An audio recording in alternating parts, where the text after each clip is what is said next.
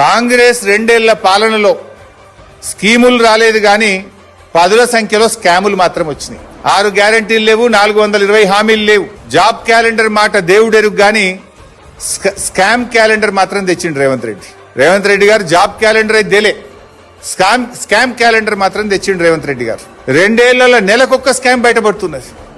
Civil supply scam, fly ash scam, RTC contract scam, ఇసుక scam, 4th city scam, 30% commission scam, Amrut టెండర్ల scam, medical exam scam, industries లో HIL TP policy, పారిశ్రామిక భూముల అమ్మకం scam, land scam, power scam, మొన్న బొగ్గు scam, నిన్ననేమో solar power scam. ఇట్లా చదువుకుంటూ పోతే చాలా పెద్ద లిస్ట్ ఉన్నది. స్కీములు రాలే గానీ స్కామ్లు వచ్చినాయి రేవంత్ పాలనలో.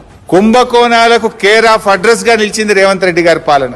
అందుకే ఈ స్కామ్ల దృష్టి నుంచి ప్రజల దృష్టి మరల్చేందుకే ఈ సిట్ విచారణ ఇస్తే మేమేందో భయపడిపోతాం అనుకుంటున్నారు. ఈ స్కాములు బయట పెట్టకుండా ఆగుతాయి అనుకుంటున్నారు. నాకు తెలిసి ఇవ్వాలని మాట్లాడినా కదా, రేపు ఎల్లుండో ఇంకో ప్రేమలేఖ వస్తుంది, గ్యారంటీగా వస్తుంది. నువ్వు పంపి ఎన్ని లేఖలన్నా పంపు, మేము మాట్లాడుతూనే ఉంటాం. బీఆర్ఎస్ పార్టీ అనేటువంటిది తెలంగాణ సాధించిన పార్టీ. మాకు ప్రజలు ముఖ్యం, ఈ రాష్ట్రం ముఖ్యం, ఈ రాష్ట్ర హక్కులు ముఖ్యం, ఇవాళ సింగరేణి కార్మికులు ముఖ్యం.